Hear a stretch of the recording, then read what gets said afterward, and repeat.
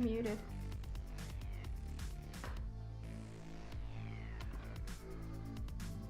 Better? Let's rock and roll, gamers.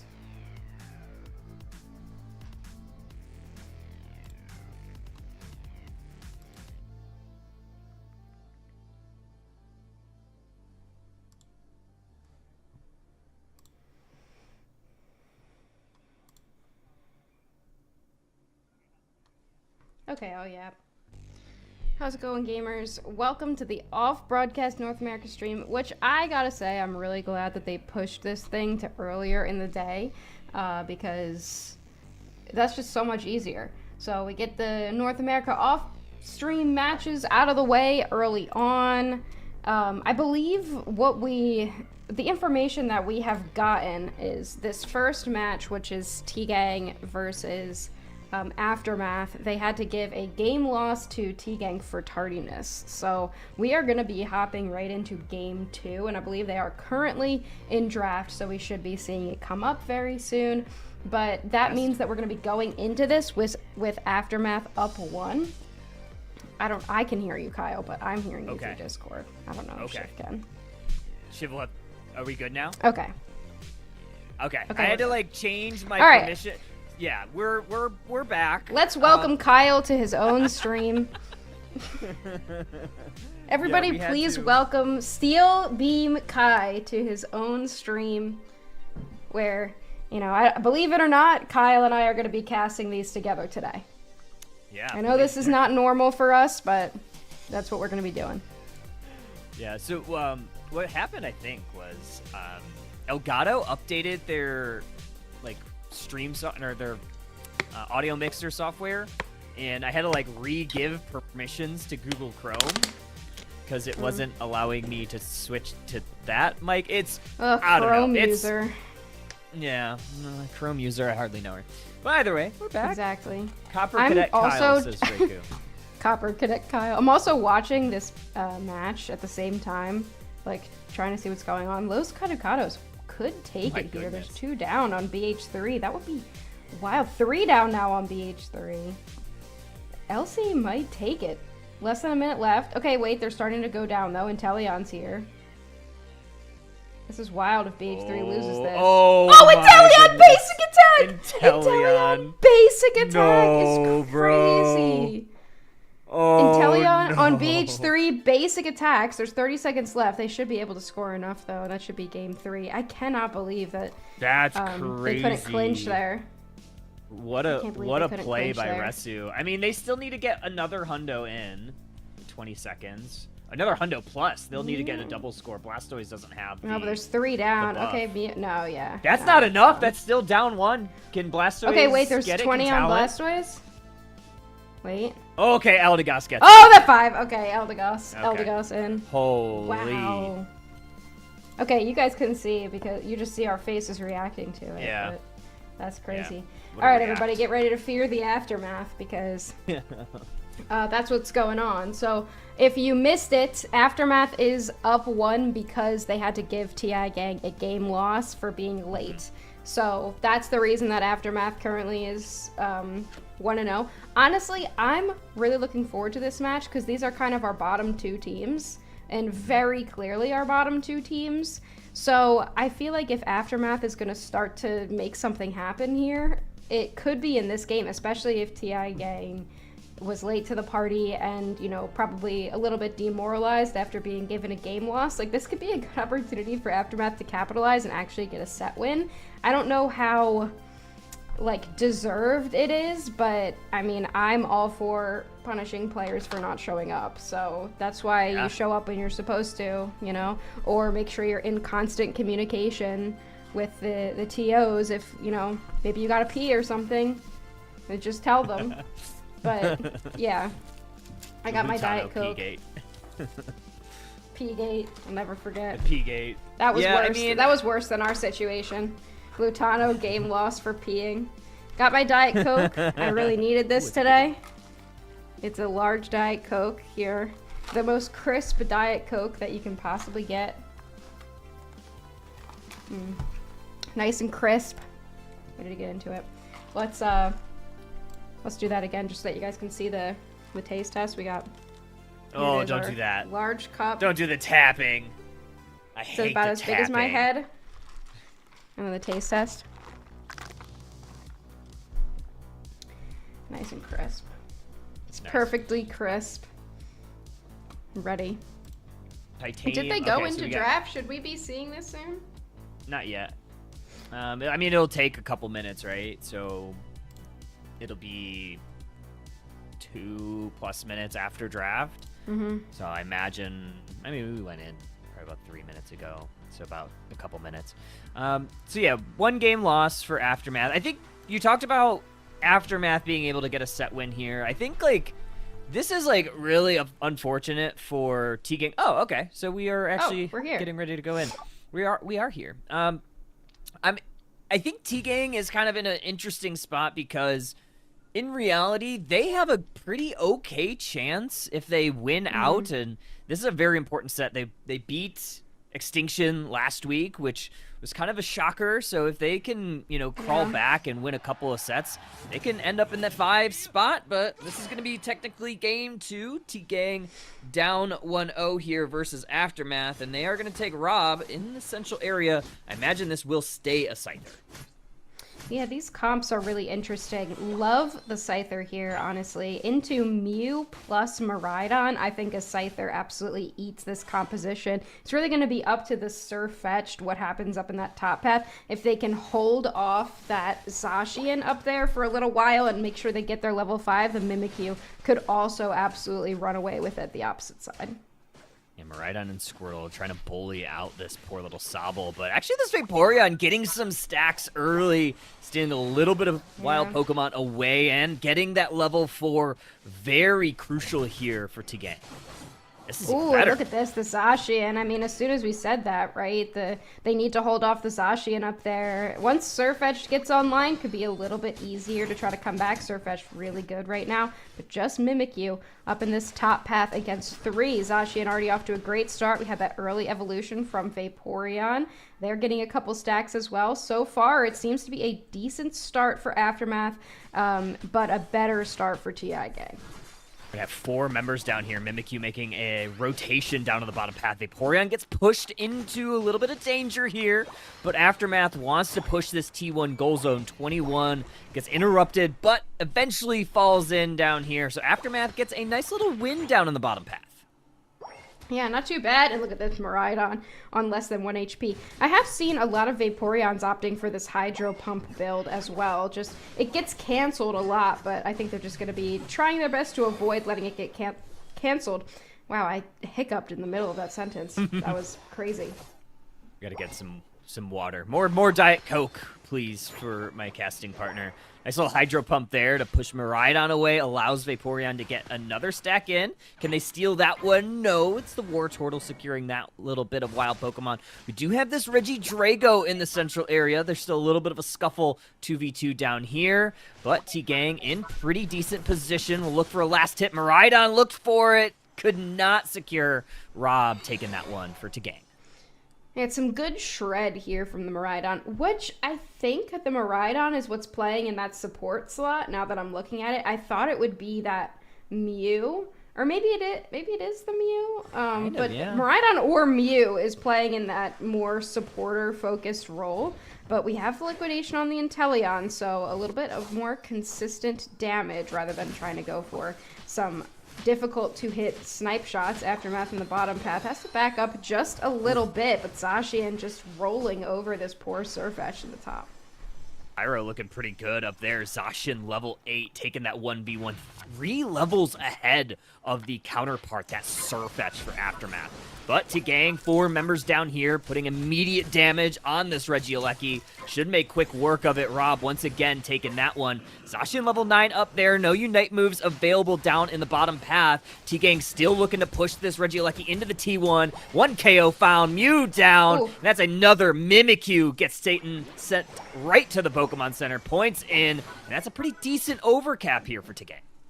Yeah, there's some good math as well, and I was going to say that if TiGang didn't win that fight down there, it would be difficult for Scyther to try to pull ahead of this Mimikyu here, but now they are level 9, and they can start putting some pressure on. And notice how Aftermath is kind of forced to play as a group, especially because you have 2 attackers. If you're running a double attacker team composition, you kind of need to get a little bit ahead so that you can make them play by themselves. Lakota now getting in a little bit of trouble here. Will get out. That's a huge snipe from the Mimikyu. And now they're going to be able to use their play with me. They will get caught, but that was still a pretty good pick. Yeah, you gotta love that KO here if you're Aftermath, but you do lose a couple. Unite move from this Inteleon looking for a KO, unable to get to the Mew, and now they're looking for that Miraidon as well. So Aftermath having to retreat back to the T2. They could have lost a couple of Pokemon, but they narrowly escaped there. Weirdest positioning I've ever seen by that Wartortle. Just walks into like 3 members of TiGang. I don't know if they were trying to give up that KO, but I don't know how else that would go, honestly. Really weird decision there. Level 10 on this Scyther, but at this point we're seeing TiGang just put that Scyther up in the top path while 4 push into the bottom. Just Miraidon and Mimikyu are trying to defend here. Not really going to be able to. A couple more points will go in. TiGang extending their lead. Just holding this T2, they do not want to yield another goal zone, and instead they are going to just try to focus on these wild Pokemon. Same with TiGang. I mean, right now, level 10 on Rob, level 11 on this Inteleon.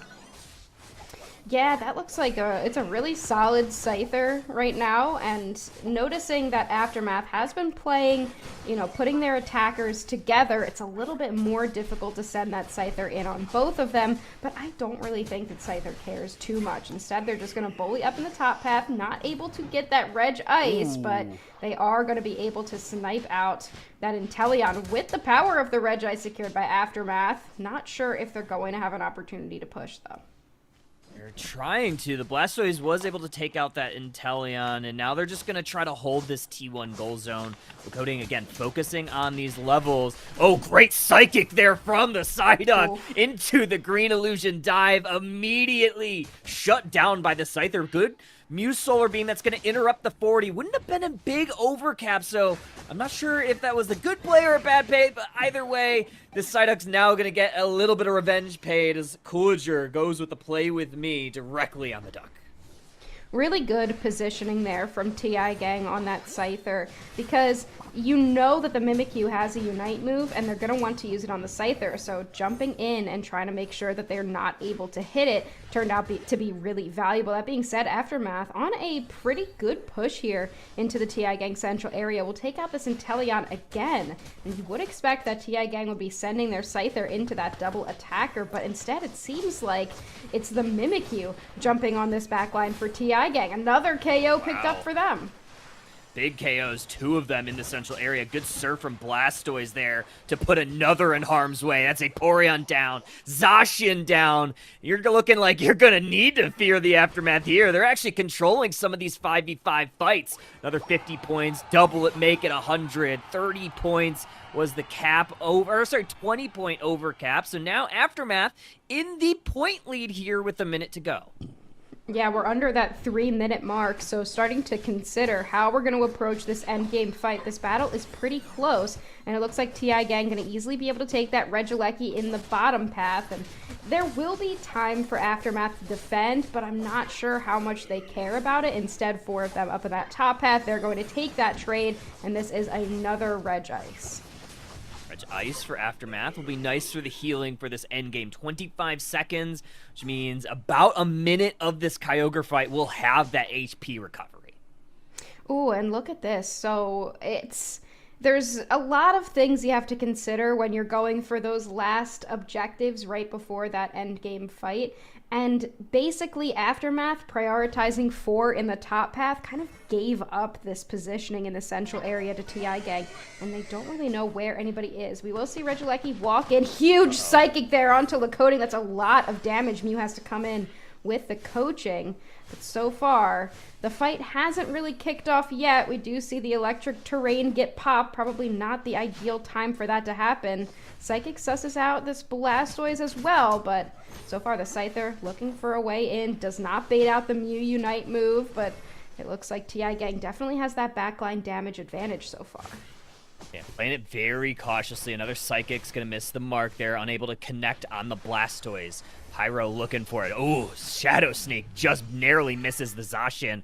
Clash is going to have to retreat after a headache gauge pop. Another Solar Beam wide below. Lunging Leak Blast from Lakoding, looking for some KOs. Psyduck going to be the first one down. T-Gang starting to fall. And we have AW retreating with the liquidation. Are they going to get to safety? The Unite move from Miraidon hit a couple of them, and the Scyther is down. Aftermath Esports starting to zone out T-Gang. And another Vaporeon going to have to go through the bottom path. AW is going to have to force to use their Unite move. Liquidation is going to just hit some farm. 2 members down now for Aftermath. And this Vaporeon in the front line. Kyogre now at half. Pyro looking for a way in. They have their Unite move and they're charging it up. They're going for it. And it's Inteleon. T-Gang just gets it.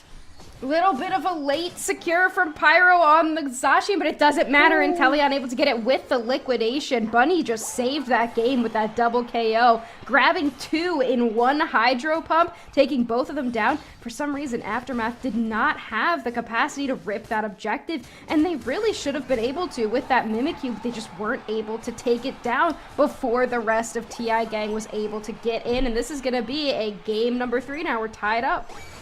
Huge. I mean, that was very scary situation for T-Gang, who kind of got caught there. You know, Psyduck gets caught pretty early. Rob gets caught pretty early. Aftermath Esports just unable to capitalize on those 2 KOs. And T-Gang just narrowly gets that Kyogre. Good secures there. Honestly, AW kind of clutched it up because, like you said, Pyro a little bit late on that secure with the Zacian. Might have been a little bit early. I have to go to the replay if we have it. But yeah, tie series now. We're going to a technical game 3. Yeah, so now 1-1 kind of should be 1-0 from TiGang here, but they did have that game loss. But this was a honestly very good engagement in that end game fight by that Sirfetch'd. They kind of came in and TiGang wasn't really expecting it, so they were able to get a couple of really good picks and a good follow-up from the Blastoise. But I gotta say, I didn't love the double attacker here from Aftermath. They had a plan and they did have some good damage, but it just didn't really seem like it ended up having the effect that they wanted it to, especially when you're looking on the other side and you're seeing this Inteleon with 74k damage. Both of those backliners should be doing about the same thing, and instead they're not doing anywhere close to the amount of damage that we saw Liquidation dealing out. So kind of an interesting choice to have this as one of these attackers as your pseudo support. I think I would rather see a more traditional support here. I mean, looking at the bans, Blissey was open. We could have had a Hoopa. And I know Eggnoob likes that as well. So I think that next game to pivot, I think the one change I would make is get a little bit more consistent with the backline damage, throw a supporter in there. Throw a supporter could work. Honestly, they had such a great engage. Getting those 2 KOs really early was honestly very pivotal. I mean, we'll see what we go with in this next game. I mean, obviously, technically game 3, really game 2. But I felt like Aftermath was kind of controlling that entire game. Great. They looked really good. They needed to send more into the pit. I don't know why we were not ripping there. You need to just fully send it. You need to just go for the rip. Vaporeon is there and Inteleon, but you should be able to out-secure a Liquidation Inteleon. But you have the numbers advantage. You have to rip there, especially if you're not confident in your team fight, which, you know, we saw afterwards. They weren't able to clean it up. So I think that is definitely a situation where you just have to rip it down and hope for the best. And then if you don't get it, hope that the numbers advantage, saves you in that situation. But that being said, I definitely think Aftermath looked pretty good there. This team, where they are now, if they clean up a couple of things, could definitely take a game or a set off of TiGang. Yeah, I mean, this is their opportunity, right? They have 2 chances to win their first set of the regional league, and first one didn't quite go their way, but I feel like if they kind of keep that pressure on like they had from, honestly, 7 minutes onward, it seemed like they were really kind of coming into their own. And yeah, I think you pretty much zoned everybody on TiGang out of the Kyogre Central area. And yeah, I don't know, you just kind of have to rip it at that point. Like, send it, and yeah, just didn't quite work on it.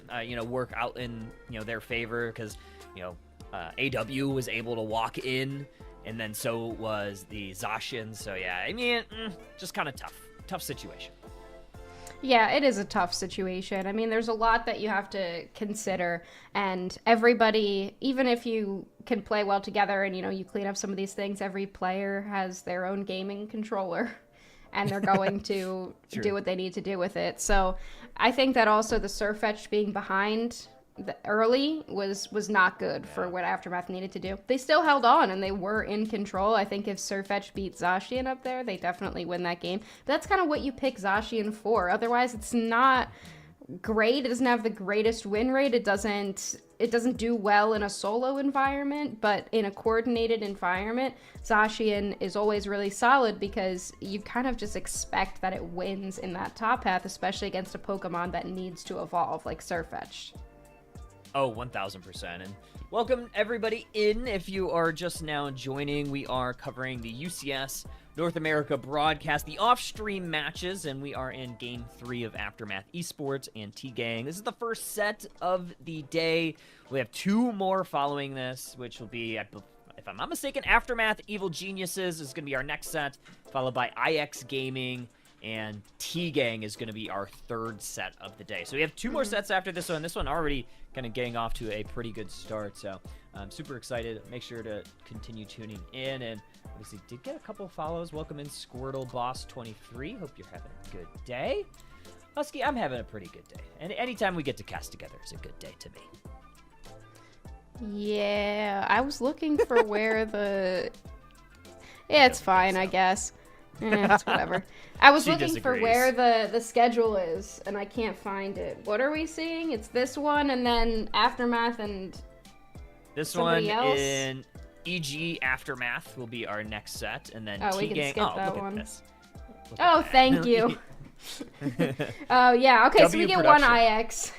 We get one IX today. That's all I'm here for. So, I mean, this kind of makes sense as the ones that you choose for the off-broadcast. There's been some heaters on the off-broadcast for the last couple of weeks, but it seems like they've kind of cleaned it up a little bit, so we actually see most of the good games on the official broadcast. But I think this is a good game, because these 2 teams being at the bottom don't really have much of a shot anymore, but neither of them wants to be that bottom team. So Aftermath might be able to claim that they deserve to be in the league if they're able to take a game off of a team that qualified their way in. So I think that there's a lot to say there. I think that we've seen vast improvement from this team, despite like a very weird situation of how they got put into the league, and a lot of people, really doubting them, and it became kind of a meme throughout the last couple of weeks. But I think that we have seen that this team's definitely practicing. They've definitely shown some solid improvement. Are they able to take games off of teams that actually have qualified? We don't know yet. We could see that here. I think that it's definitely a possibility, and that just makes the league more competitive. I feel like if they're a team where we can say that at where they are now, they may have qualified on their own, then I think that kind of says a lot in terms of where we were at the start. I think out of either team, I think Aftermath right now, 0-9, you're all but eliminated. I think technically, mathematically, they're still in it because you only have to be in the top 5, but it's an uphill battle. I think TiGang, though, does have a shot. Winning against Extinction, formerly Nemesis, last week, or not last week, but week 3. Super valuable, and they needed that.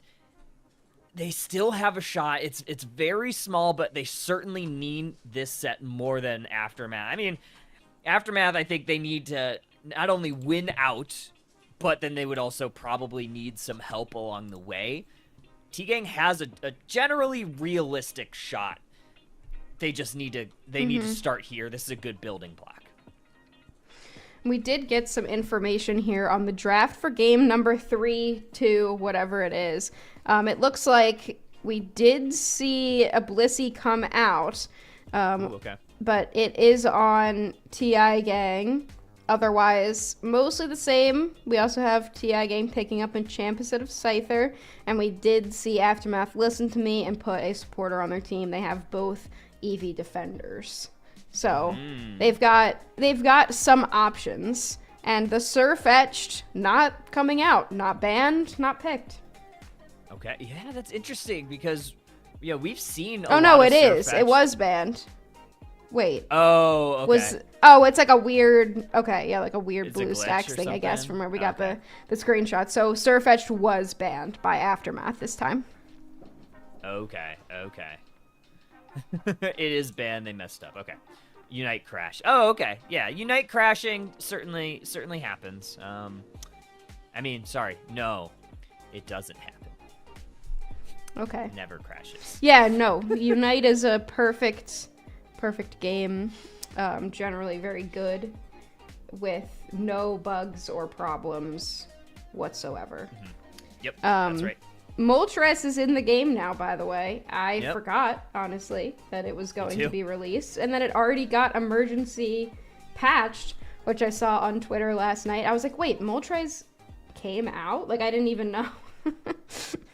Yeah, anyway. It's, I saw Chris Heroes already put like a 300k game on it, which is honestly a little illegal. But yeah, I'm liking these compositions, specifically loving the Blissey here for TiGang. I think Blissey plus this Zacian is going to be an absolutely demonic top path, especially with how good this TiGang Zacian has been. But let's get into game number 3. Aftermath Esports looking for their first set win of the year. TiGang looking to get back into playoff position here in game 3.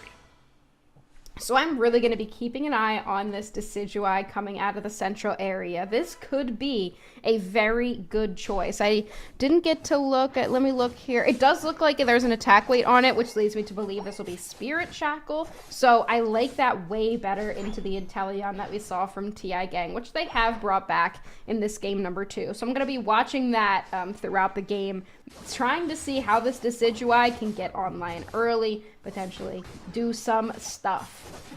Oh, Lakotan getting sliced down by the Zacian early on. It's actually going to be the Psyduck heading towards the top path of Zacian. It's going to be this Chansey with this Machop, but Eggnoob already putting a little bit of pressure on this Chansey, forcing them to grab that Citrus Berry, allowing Aftermath Esports to get a few stacks in. But here comes AW on this Drizzile, already putting a little bit of damage and forcing Aftermath Esports backwards. So I really like the pivot here from TiGang, knowing that they're going to send the Decidueye to the central area. We're also seeing them send the Inteleon into the central area. So Drizzile comes out at level 5, making sure that they're same level as this Decidueye. You definitely don't want to give it the opportunity to pull ahead. So they've actually used Machamp in this bottom path as the attacker. Currently in Machoke, likely has access to that submission. Already putting some damage now on this wild Pokemon. It's going to be 20 seconds until a central area Regidrago. Theory pops that Resident Guard, gives a little bit of shielding for themselves to get back to pad. And TiGang is putting on a lot of pressure in this top pad. This Psyduck kind of hovering that low HP, making sure that they're able to stay present on all of this wild Pokemon, doing a really strong job here for TiGang. Going to see the Decidueye take out this Blissey. I believe that is the first KO for Aftermath of the game. And now going to try to push in on this Machamp, who does get around, finds the Decidueye. Just weird positioning there from the Decidueye. They will get punished for it, but that's definitely the target that you wanted. Taking out the central area Pokemon is always the most valuable thing you can do, because they're likely going to be the highest level in the game. Yeah, very high level, but a little bit of counterpunch here as the Inteleon comes down for some reinforcements. Forces Aftermath back towards that T1 on the bottom side. Regidrago still hanging out in the central area. Neither team really putting much attention to it up until this point. 720 birds. Spirit Shackle is going to connect on all of them, as well as the Zacian has to force an eject button out. Gives a little bit of spacing for some points to go on in, 18 to be exact. And we have, once again, a little bit of an overextension. Lakotan gets caught out. Yeah, great eject there from Zacian as well, just to make sure they could survive on that. Less than 1 HP. Great Spirit Shackle will suss out the Inteleon, but still TiGang in the perfect position to be able to take this one down. You just got to watch out for potential rogue Spirit Shackle at this point, though. Decidueye has basically given up. They're back in the central area trying to get their levels. They have reached their level 9, so potential for some knock-knock action. Knock-knock. Who's there? We'll see if they start to head towards this top hat. Team's just kind of being a little bit split right now. Good submission onto the Darkrai. A little bit of follow-up from the Psyduck. Oh, great pull there from Egg. I'm not sure if we're going to get the KO, but another Spirit Shackle helps in the top path as TiGang still kind of playing pretty safe up here. In the bottom path, Regieleki has spawned. Machamp now looking for their level 9, just barely missing it here. They want to have opportunities to get some big barrage blows, so if they can get that level 9, it's going to be pretty solid. Regirock in the top path, starting to be chipped down by this Decidueye, but it's just going to be this Vaporeon protecting them, and we'll have to see if the Zacian is going to be able to get back there, but it looks like the Regirock probably going to leash here, instead pivoting over to a fight. Great pivot from the Zacian as well to get out of there. And even with 3 members, Aftermath can't really seem to make a dent with this soft-boiled Blissey. They're going to try to push this T1. They earned that Regieleki. Good psychic pull there from the Duck. Regieleki finds its home in T1. Looking for some math here as they get that 40 dunk, leaving it at 2. They could potentially go for a little bit more. I think Machamp would love some stacks. And instead, yeah, they're going to break it pretty low here, allowing Re-Rob to just stack up that attack weight. Oh, and they also get this Darkrai out. Yeah, the moves for Darkrai are not coming out in the right order, so I'm not sure exactly what's going on there, but the Mimikyu can't even take down that Blissey. Big liquidation there. Eventually, Mimikyu will be chased down. These Psychics from Clash are absolutely ridiculous, just setting up this liquidation Inteleon perfectly in the top path. Vaporeon, the only one to defend, but the liquidation at level 11 just doing so much damage as to force out the Vaporeon Unite move, Kyle. Aquamarine Splash just to keep a little bit of shielding. They stay upright, and that does allow them to get a couple extra Aqua Rings out to heal them up. Knock knock from Decidueye. Inteleon wisely gets away. A nice little jump hop and a skip right back to the T1 pad, and TiGang very luckily does not lose that Inteleon. That should absolutely have been a KO on that Inteleon, and that would have been huge for Aftermath, but not going to happen. Instead, Machamp going to walk into this Darkrai. Darkrai did not try to avoid that submission at all. I don't know if the moves aren't coming out or if we're just not really sure how to use them, but the Darkrai doesn't really seem to be much of a factor at the moment. In the top path, teams seem to be gearing up for potential fight with 25 seconds left until an objective, but I don't think they want to wait right now. Yeah, TiGang trying to play it very cautious because they have 2 members down in the bottom path looking for that Regieleki, which should make quick work of it with those 2 down there. So they're just trying to guard this T1 goal zone. Spirit Shackle line up, connects on the Blissey. Umbreon sees Zacian in the tall grass, hits a Snarl just to try to stun out the Zacian. But again, teams are playing very cautiously up in the top path as Regieleki starts to walk in the bottom path. Machamp, Inteleon both there. Decidueye, Darkrai for Aftermath hovering down there. And still, this Regirock not getting touched. Did that walk in? Yeah, it did walk in. I was watching the Unite move bars, and Machamp hit a barrage blow. I'm not sure who it hit, but they were able to push it in. Likely based on that, but 2 fights going on at the same time here in the top path. Aftermath trying to make something happen. Psyduck did get taken down there. 3v2, and TiGang still seems to be winning it. Blissey has a Unite move as a last resort if they absolutely need it. This soft-boiled Blissey has just been ridiculous for TiGang, healing up every single Spirit Shackle that hits. Doing a pretty good job. 4 members up in the top path here for TiGang. Still looking for this Regirock if they want to take it. It's going to be that 4v4. Machamp focusing on leveling, gathering up as much experience in the central area as they can. They are level 13. Yeah, level 13, definitely going to be solid. 2 level 13s on TiGang.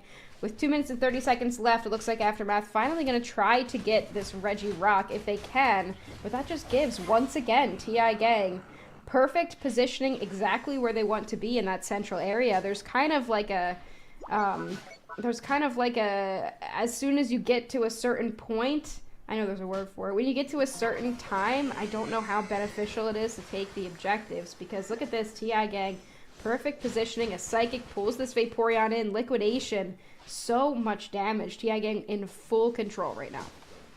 They are, and they are going to put a little bit of pressure on Aftermath as Zacian starts to put some damage onto the Kyogre. Not a whole lot, still nearing full HP. Good pull from Psyduck, but that's going to force Aftermath with some Unite moves. There's that full power Psy-Yi-Yi. The Duck going to be the first to fall in this fight. Here comes the champ. Big submission onto the Vaporeon. Going to get followed up by the Zacian. Umbreon goes down. Barrage blow. Darkrai just narrowly able to avoid it going underwater, going underground. Mimikyu, they're going to get sliced up by the Zacian. Machamp's still the only one down for TiGang. Darkrai looking to hunt down this Blissey or the Inteleon. Vaporeon, Aqua Ring going to heal some up. Play rough onto the Vaporeon. Spirit Shackle unable to connect on anybody. Here we go with a big Metal Claw engage. Zacian takes down the Vaporeon. Knock Knock is out from Decidueye. Ooh, Knock Knock, not enough though. It was a good choice to go for it because you know that nobody's going to be able to get back there.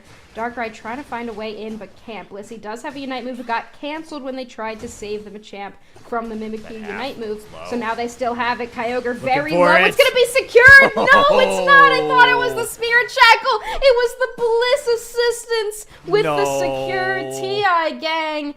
With 30 seconds left, going to take this set. Oh, sadness. The best secure in the game, the Blissey.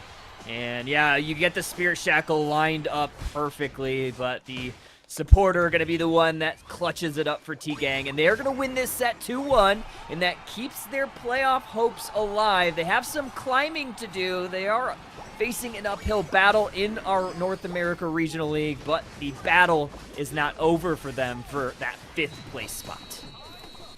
Yeah, so there we go. TiGang earned their 3rd set win here, and they could claw their way back up. It's going to be a difficult road for them, but they looked pretty solid here. I think in that first game, what we kind of talked about before, since they were given a game loss, it could have been a bit demoralizing for them, but they really found their footing in game number 2, 3, game number whatever, this game that we just watched.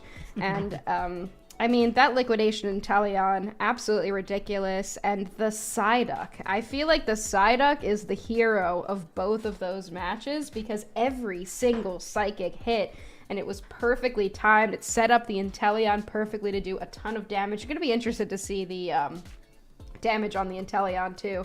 Yeah. But yeah, no, Darkrai did not look good at all from Aftermath. It did like a bit of damage, I guess, but compared to what everyone else was putting out, the Darkrai just really seemed like a non-factor, unfortunately. And look at that damage from Inteleon, over 100,000 here. Yeah, it's like one of those things where it's like Inteleon just needs to be taken out, and you see the 109, of course, but the thing that I'm focusing on is only taking 16 as Inteleon. That just tells me that Aftermath just did not have the ability to get through that front line and get to a W. Obviously, some fantastic acrobatic plays to avoid some damage. I'm talking that avoidance of the knock somehow, some way. Illegal activity there. Also, like, 42% of your team's total damage. I mean, this is a perfect pick here for TiGang, and very unfortunate for Aftermath. They had a chance, right, to win their first set of the season and just fell just very, very slightly short. Yeah, it just didn't go super well. By the way, those bans aren't right. There was a weird ban, like weird glitch with the game. I know, the game doesn't usually have those, but apparently there was one this time. So the bans were actually from TiGang, Blastoise was banned in that last slot, and then from Aftermath, Surfetched instead of Aegislash was supposed to be banned there. Not that it matters too much. TiGang absolutely demolished Aftermath in that game number 2, but Aftermath has another set after this.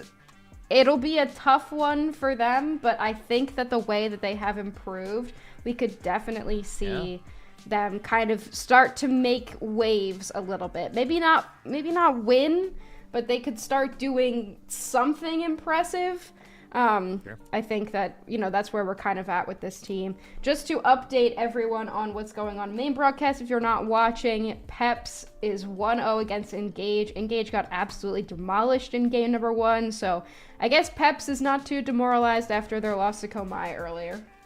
Yeah. I mean, I feel like if you're Peps, you're like in a good spot, right? You've already qualified for Worlds. Use this opportunity to just test out new things, figure out how you want to play and go into the playoffs.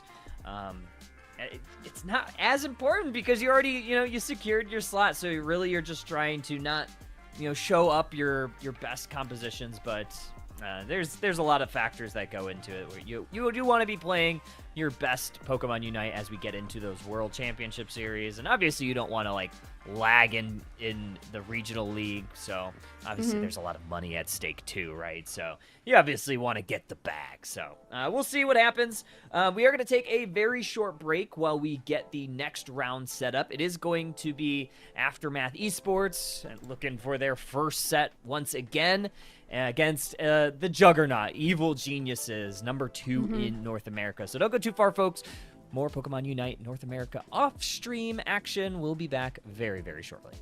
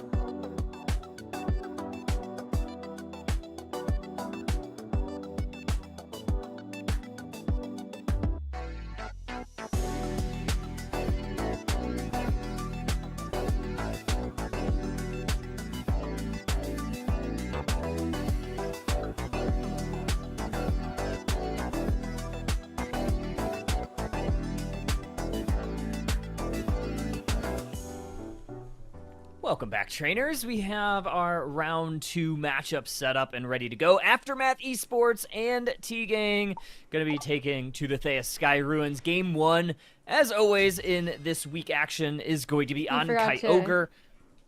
It's not TiGang, it's EG. Oh, it's EG. Oops. Yeah, you're so right, Queen. Whoopsie. That's what we were just talking about. We were just talking about TiGang. It's EG now. Let's get to it. Game number 1, Aftermath Esports on your purple. Evil Geniuses going to be on your orange. And we're going to see this, Charizard Y taking to the central area for Aftermath. Yeah, okay, so Charizard Y let into this game. I wonder if that's kind of, or we saw the bans come out, so we did get a little bit of information. Megachar wasn't banned, we had Blastoise, Mimikyu, and Sirfetch'd banned from EG, and Vaporeon, Umbreon, and Mega Lucario banned from Aftermath, which is weird because they used both Vaporeon and Umbreon in the game that we just saw them play, and then they're banning out both of those Pokemon, but... You know, we'll see what they end up doing with this Mega Charizard Y. Still very, very strong Pokemon.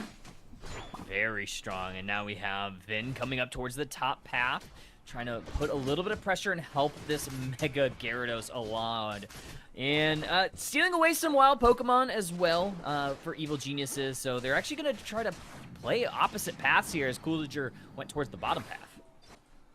Yeah, working their way towards that bottom path. It's going to be interesting to see up in this top path, EG with 3 up there and just the Hoopa. They're just going to basically try to give up all of this experience and then try to win something in the bottom path instead, which it looks like they did do pretty well up here, but Ducky not looking to go down anytime soon. And Aftermath, after that interesting pivot down to the bottom path, have been the first team to put in some points. Yeah, even more coming in from this Machop, which will allow it to get that first evolution, but paying a little bit of dividends is going to be that first evolution. Look at the follow-up from Aftermath Esports. They find 2 KOs, and now we're going to find more stacks for this Machoke, and even maybe another KO if they can, but no, Kyrios puts a stop to that.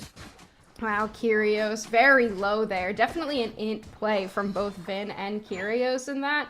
I guess they just assumed that they would be able to take them down very easily, but good playing from the Slowbro to time their serves well enough to be able to take those Pokemon down. So good start for Aftermath. Chris Smith has now evolved into Gyarados up in this top path. Going to be very dangerous the second this thing gets to level 9. Battle of the Megas here in game number 1 of this series.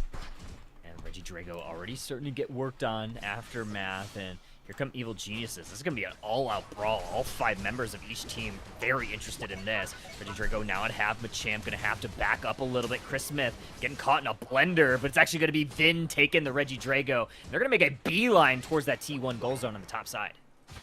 Rolling absolutely ridiculous on this Eldegoss, making sure that nobody goes down in that fight, even though it was very dangerous. We do have the Charizard Y at level 8, not quite with their Unite move, but they're going to get a good chunk towards that level 9 with that score. And now just hitting level 8 is this Mega Gyarados, just going to stay in the top path, look for some experience while Aftermath looks for this Regirock. Trading paths here. Regirock down in the bottom for Aftermath, and a goal zone plus a potential Regieleki for Evil Geniuses on the top side. Gyarados retreating back towards it. They were looking for those Indeedis, but good response there from Aftermath to shut that down. Yeah, I mean, they know that they had control of that bottom path. If EG was down there at all, they would have been moving towards that objective. So it's a good call to pivot up into the top instead, knowing that they're probably prioritizing that. They need to get there for a defense instead to prevent EG from pushing into that tier 2 goal zone, which just means that EG is going to move down into the bottom path instead. But there's a Mega Charizard Y here. They do have a Unite move, so they could make a stand here for this push. Yeah, and there is that Unite move right immediately onto Evil Geniuses, forcing the retreat back towards that T2 goal zone, while Miraidon holds that Regieleki, keeps it from walking in on the top side. Very good defensive stand here for Aftermath so far. Yeah, but it makes you wonder, right? EG knows that there's a Mega Charizard and it's difficult to fight against them, so baiting out their Unite move in that situation means they won't have it for a little while, so they either won't participate in the next fights and be looking for their Unite move, or they will be participating without a Unite move, so now the Unite move economy is in the favor of Evil Geniuses for a potential defense up in this top path. Instead, it looks like both teams just going to go ahead and back off for the time being, EG looking to prioritize this central area control. They're actually making a pivot down towards the bottom. Yeah, Chris Smith has that Unite move, so they could potentially use that to try to break this T1 goal zone. There's a big snipe shot right there. Connects from Kyrios. Misses that one, but here is that Gyarados Unite move. He's going to force Aftermath backwards a little bit. More points going in. Good plays here from Miraidon to try to stop a little bit, but gets immediately taken out by Chris Smith. And there is that goal zone break, but Champ tries to get the Inteleon, does, but they are going to pay for it. Double KO for Chris Smith, as well as a Registeel for EG. Great barrage blow there from the Machamp to be able to pick up the Inteleon. I think at that point, you know that the Mega Gyarados is currently Mega Evolved. There's not really much of a chance that you stand, especially without your Mega Charizard on the board at that time. So just if you could go in and get at least one KO, make sure you're not falling too far behind. I do like that play. Up in this top path, Regieleki has spawned. Nobody from EG seems to be prioritizing it. Instead, look at this mini-map here. A little bit of a sneaky play towards this bottom goal zone. Gonna get 40 points in here, plus the 10 from Psyduck, while EG looks to defend in this top path. It might not even, they might just let this walk in. They do, so points will go in for Aftermath as they try to break this T1. Snipe shot right there was looking to connect on the Slowbro, but instead this one connects on the Miraidon. Still holding out for this fight here as Evil Geniuses. That snipe shot connects on Lakoding. Here comes Hoopa, Rings Unbound. Charizard takes to the skies. Unite moves start flying through. Vin's able to take out the Hoopa. Wow, this is starting to flip and fly through for Evil Geniuses.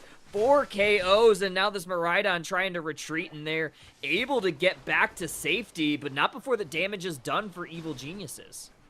I think EG has kind of figured out exactly what you need to do against a Mega Charizard, and they have perfected it. You have Cotton Cloud Crash hit the air immediately after the Charizard evolves, and every Unite move that follows has to come after the Charizard has already used it. You know, you're not going to be able to pick up that KO before it gets that Unite move off, so you would rather respond instead. You have the Cotton Cloud Crash go off, and immediately the other Mega Evolution pops off in the Gyarados, and by the time the Charizard is up in the air, everybody's responding to it. All the damage is flying on top of that Pokemon. At that point, it doesn't really matter what the levels look like or that the fact that the Charizard is a very powerful Pokemon, because EG has been playing it very well.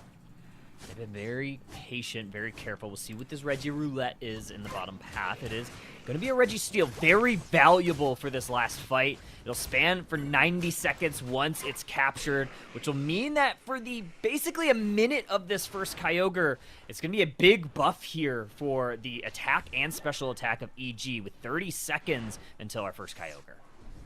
Just as an update on the mainstream, Engage got absolutely dusted once again in game number 2, so Team Peps was able to take that set.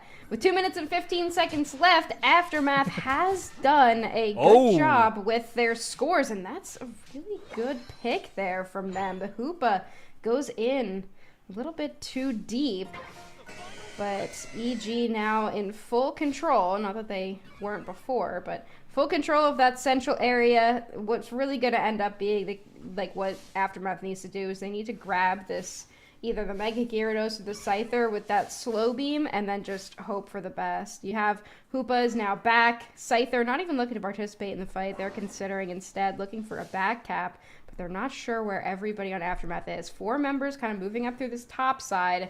Machamp as well, so they could move in a little bit of a death ball with all 5 members walking in at once, and that could surprise Evil Geniuses if Scyther wants this back cap. Theory is going to get a little bit of vision here. They're checking some tall grass. Walks in, finds the duck. But that might not be enough. 100 points on the backside for Scyther. Vin playing it very careful. Slow Beam. Going to go onto the Mega Gyarados, but it's all for naught. It goes immediately into their Unite move. Now looking to chase down the Charizard. Hoop is bringing the team with the Rings Unbound. Here comes Ducky. Going to section off the Slowbro. Take them down. Unite move now from Charizard. Returns on the Gyarados. Mega v Mega. Who's going to come out ahead? Gyarados looking to go in, but Charizard flies over the wall. The snipe shot misses, but Aftermath still has 2 down. Good submission there on Vin, but that forces out the Unite move. Barrage Blow is going to connect, but it misses. It misses Vin, and that Aftermath is falling like dominoes with 3 down. Wow, that was a really unfortunate slow beam to start off that fight. Mega Charizard went up into the air, but just there was no coordination with the slow beam. You really should have been able to take down that Pokemon. As soon as the slow beam's on it, you put all your damage on that Pokemon. It's kind of Unite 101, but instead it just didn't really do anything, and it was barely touched. So Mega Gyarados still able to do a lot of damage. But now they are very low, and Teleon, though, will hit the Charizard.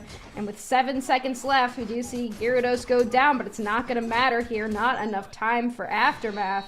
And EG going to go ahead and take game number 1.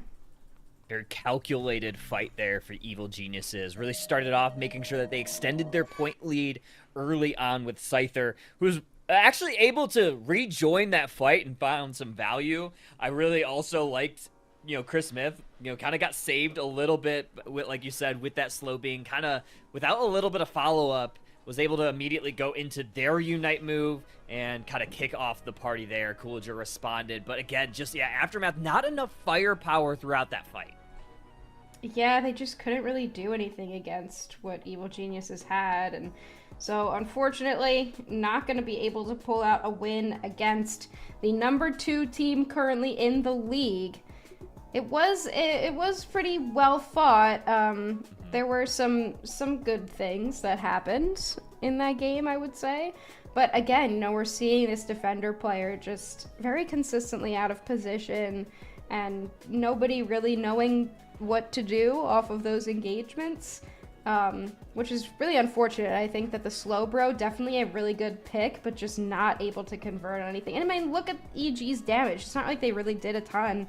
Chris Smith only 34k damage. Kyrios with the damage carry here, just dealing a ton of snipe shot damage from the back line. But we definitely could have seen Aftermath do something, but once again, they come up short in that last fight.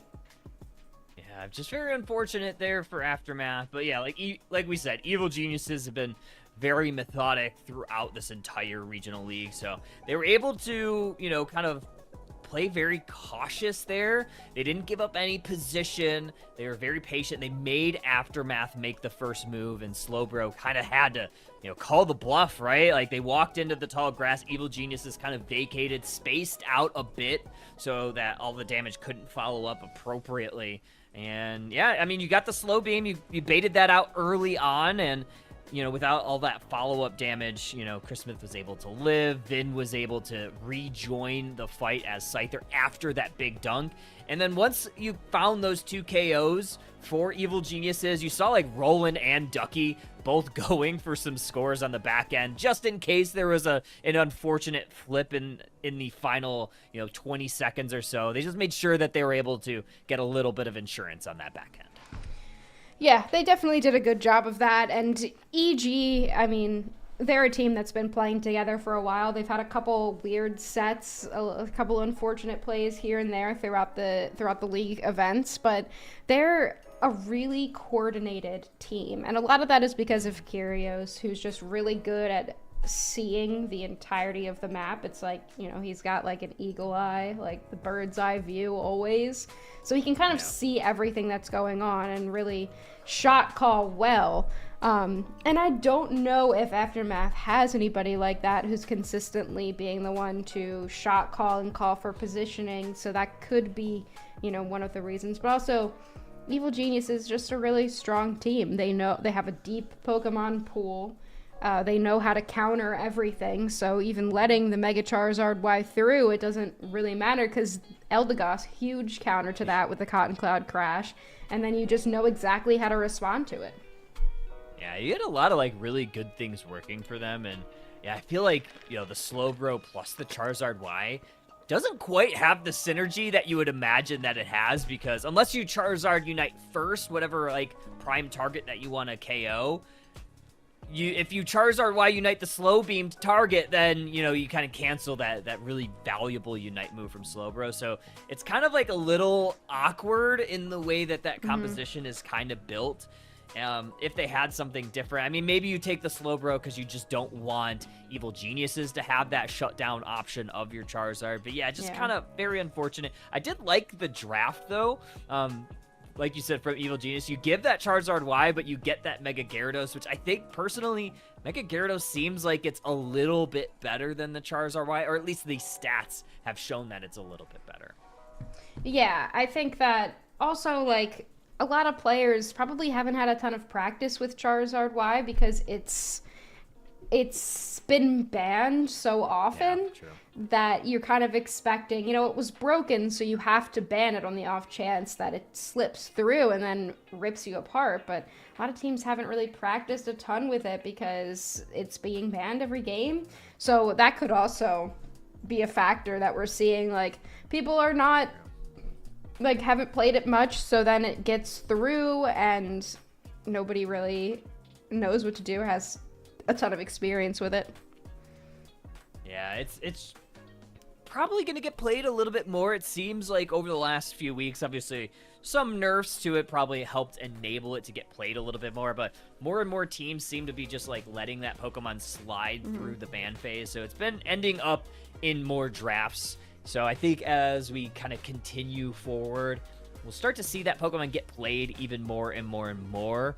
It's been kind of a trend, especially with new releases. They get released a little bit too overpowered, and then over the next, like, 2, 3, 4 patches, they'll slowly get nerfed. Unless your name is Mega Lucario, that thing is still absolutely insane, despite the number of nerfs that Pokemon has received.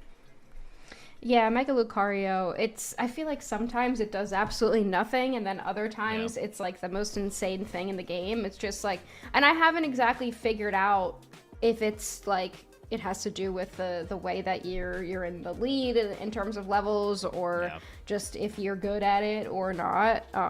But it's basically, a free permanent full heal for the 20 seconds that the Mega is active. So, if you're pressing your buttons correctly and you know where to aim your moves, which I certainly do not, then it's very devastating. So, I definitely don't blame teams for continuing to ban this thing out. I don't either. I think it's one of the... I think we talked about it on Underdunk. I think it's one of the Pokemon that has, like, the most agency. It's, like, that true top path Pokemon. It can do everything by itself very well. Like, you can leave it to off lane and full rip an objective pretty quickly, especially if you want to, dedicate that Unite, the Mega form from the Unite move to an objective, because you can Mega Evolve and then, close combat. As long as you're hitting that target, you have, like, unlimited resets of it. So it's just like a full send, and obviously the fantastic secure tool of that power-up punch. So it just has a lot of things going for it, and it always throws me off how long Mega Lucario is in the Unite, or in the Mega form from its Unite. It seems like it's forever, honestly. Yeah, it's in there for a long time. I'm shocked every time I hear, like, the exact amount of time that it's actually there, because it's kind of ridiculous. And though we have seen, I guess, considerations of considerations of what is broken, the meta hasn't really changed. And we were talking about it a little bit beforehand, like, it's kind of boring just seeing, like, the Megas be extra good, and even though they got nerfed, they're still extra good. It just kind of sucks. Like, even if they are nerfing, it's not good enough. So, I mean, we've kind of been seeing this stale meta for the entirety of the league season so far, where there's a couple good attackers, but there's every good all-rounder, and that's just kind of what you play. But yeah, so Mega's a little bit dumb. That's all. Yeah, that's all. That's all. So we got the little bit of information on our draft. So we're going to have Evil Geniuses on the first pick side, it looks like. We have Slowbro, Mimikyu, Charizard, Y-Bands from Evil Geniuses. Aftermath going to ban Sirfetch'd, Mega Lucario, and the Blastoise from that second pick side. So still a few options here for Evil Geniuses on the first pick. I think, like, we have Psyduck available. There's just a lot of different picks. Mega Gyarados is still available on the table. We'll see how they want to go. But yeah, I think kind of like usual suspects banned from both of these teams. Yeah, I mean, seeing EG now up 1, the Groudon map was chosen as well, at least from what I could see from the screenshot. We're going to be on Groudon for this game number 2, and looks like we've already got an interesting composition that we're seeing Ducky on the Duck, and what we can see coding on Buzzwole, which I think, as much as I hate Buzzwole, is a more solid choice for a top half Pokemon. Yeah, I think so. This tells me that we are likely first picking the Psyduck. Okay, we're finally going to get to see this Latios in action. This is a Pokemon that got buffed, likely because of the battle pass that you see there, the Night-style Latios. So we'll see Curios on that Pokemon. I'll be interested to see if we go Draco Meteor or Dragon Pulse. I still think both of them are viable, but let's get into Game 2. EG up 1-0 here. Then take Curios and Ducky down to this bottom path. It's going to be Machamp Central area for EG.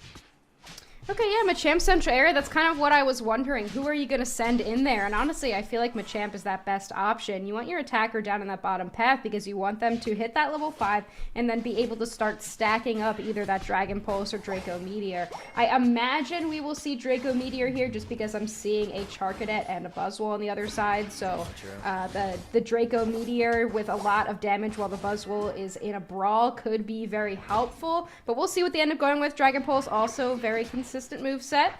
Chris Smith already getting pretty low. This Vaporeon dealing a good amount of damage, but they're not really concerned about it. I really felt like Meadow could have probably been a little bit more aggressive there to try to shut down Chris Smith, but likely did not want to get caught by this Machoke that was coming up to the top path. So maybe a wise decision there. Cooliger starting to rotate towards the bottom path, actually just towards this Natu family, where it looked like Vin was seeing if they could have a little bit of vision there. So it's going to be 3 members against this Buzzwole up to the top path. It's going to be 3v2 on the bottom, but actually make it 4v2. Aftermath putting a lot of stocks down here early.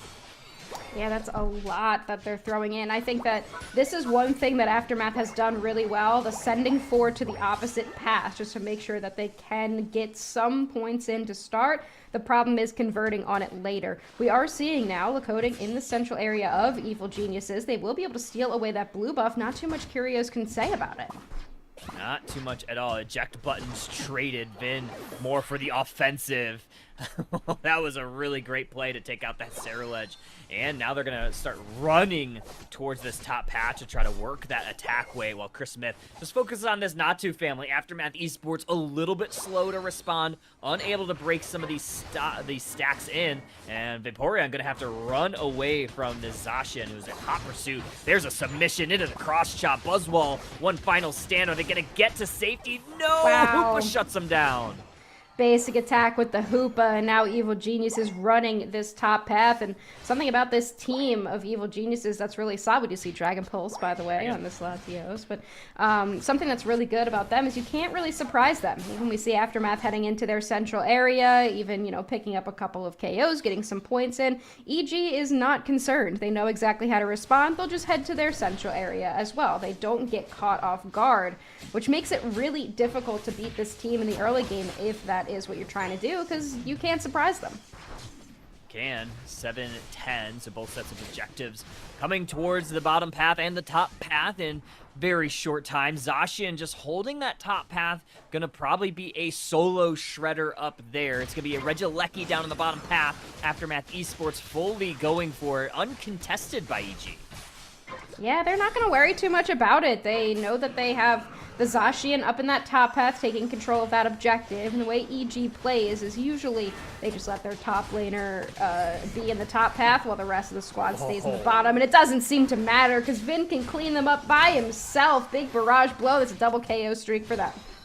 One by one, they take down 2 in a row, and Chris Smith putting up a bit of pressure on Coding in their own central area with that Regirock buff, Metal Claw, but they're going to get caught in a blender. 4 members of Aftermath Esports converging. There's a nice little trick. Good play. Great vision from rolling it down to make sure to keep them protected, but an even better combo from Coding takes out the Sword Dog.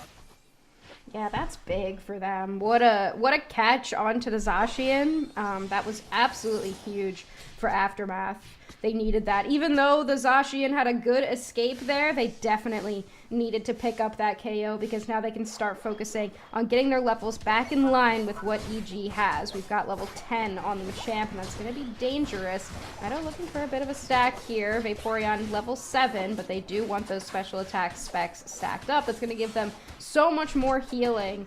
It just scales it so well, especially into the late game. In the bottom path, though, Machamp picking up another KO. How broken is Machamp, and 3 members gonna just bully out this Cerulege from the bottom path. More points going on in for EG as they also try to defend this T1 on the top side. Metal Claw into the Vaporeon Umbreon combination.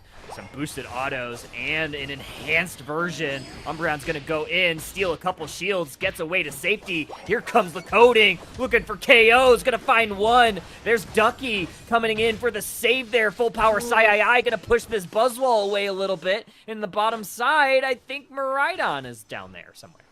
Yeah, I don't know why we're going back in there on that Zacian, but I guess they know more than me because they are low HP and it doesn't really seem to matter at all. The shields are enough. Vaporeon overextended once again, and then finally this Buzzwole is getting taken down as well. I mean, the only thing that seems to be doing much of anything right now is this Buzzwole picking up some KOs, but the problem with Buzzwole as we get into the mid to late game, it's only going to pick up one at a time. Machamp down the back line, trying to zone here. Zacian easily taking that Regirock.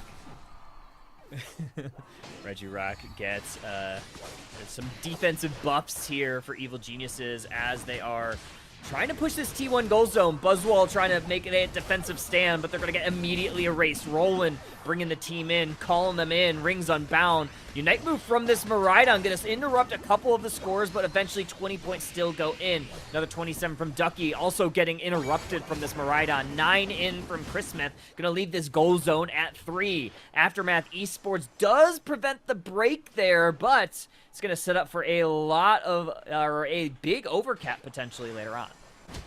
Yeah, that's going to be pretty big for them. We do have Regidrago in the central area.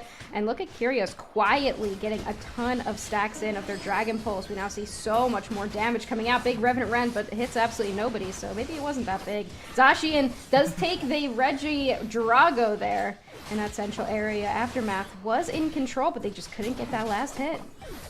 Ooh, there's some KOs here for Aftermath. They're putting up a little bit of pressure. Ducky, 1 HP in a dream. Gonna try to get away, try to keep Chris Smith insulated. He does stay upright, but they lose that T1 goal zone in the process. Aftermath Esports now has an opportunity for this Regieleki in the bottom path. I don't believe Evil Geniuses will respond to it, so that gives Aftermath Esports a little bit of time and space to figure out their next move.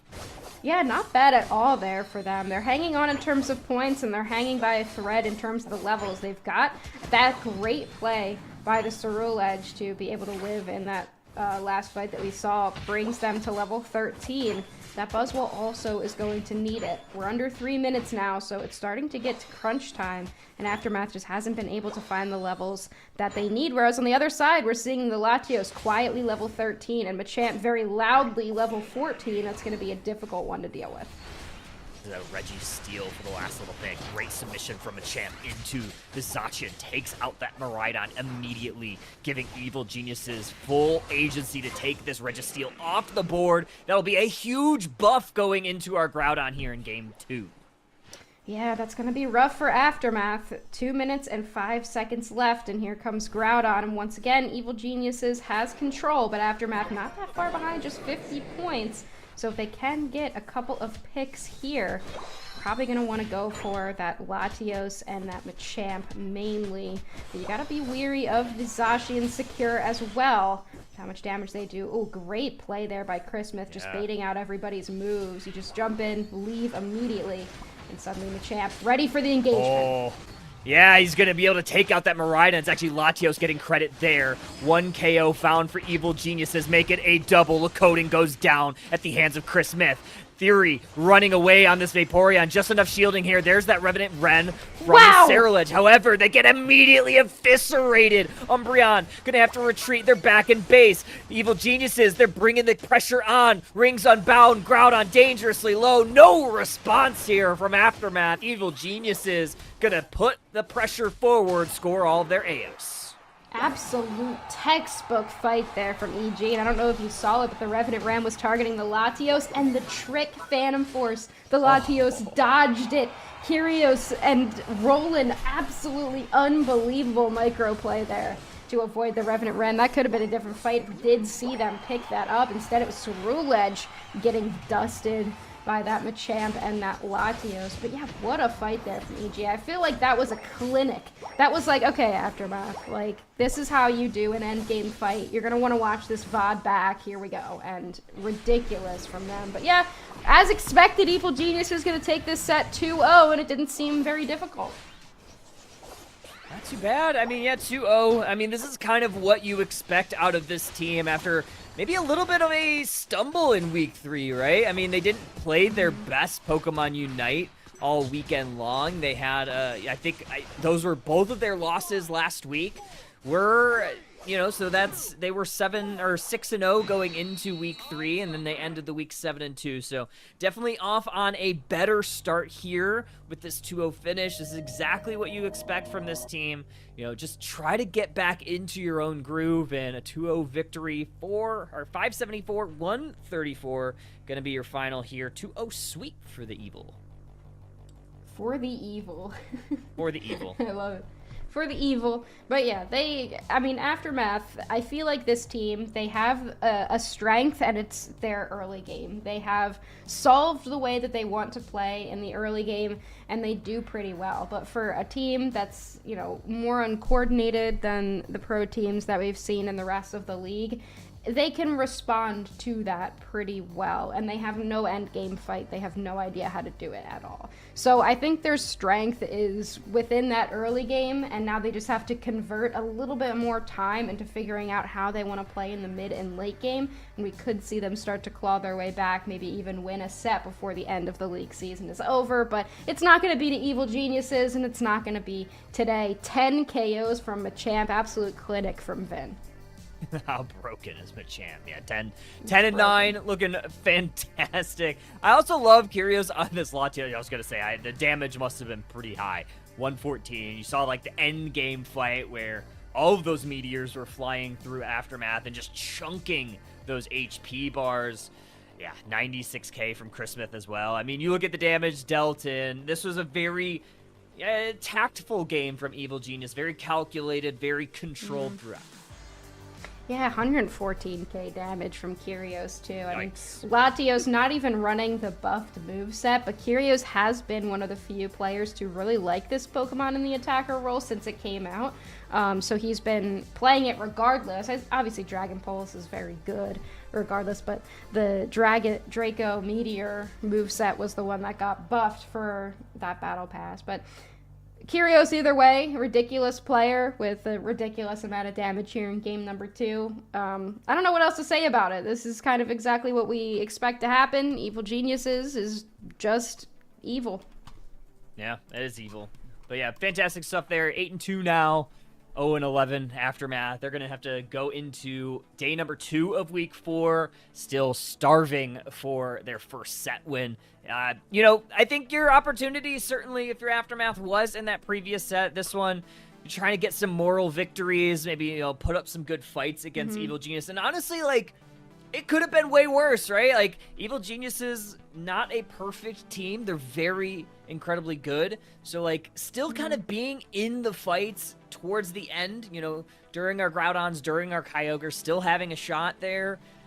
It's not technically a victory, but sometimes you have to take some moral victories, some improvements as you go through the season. You got to take what you can get, and that's pretty much all you're going to get from EG. Not infallible.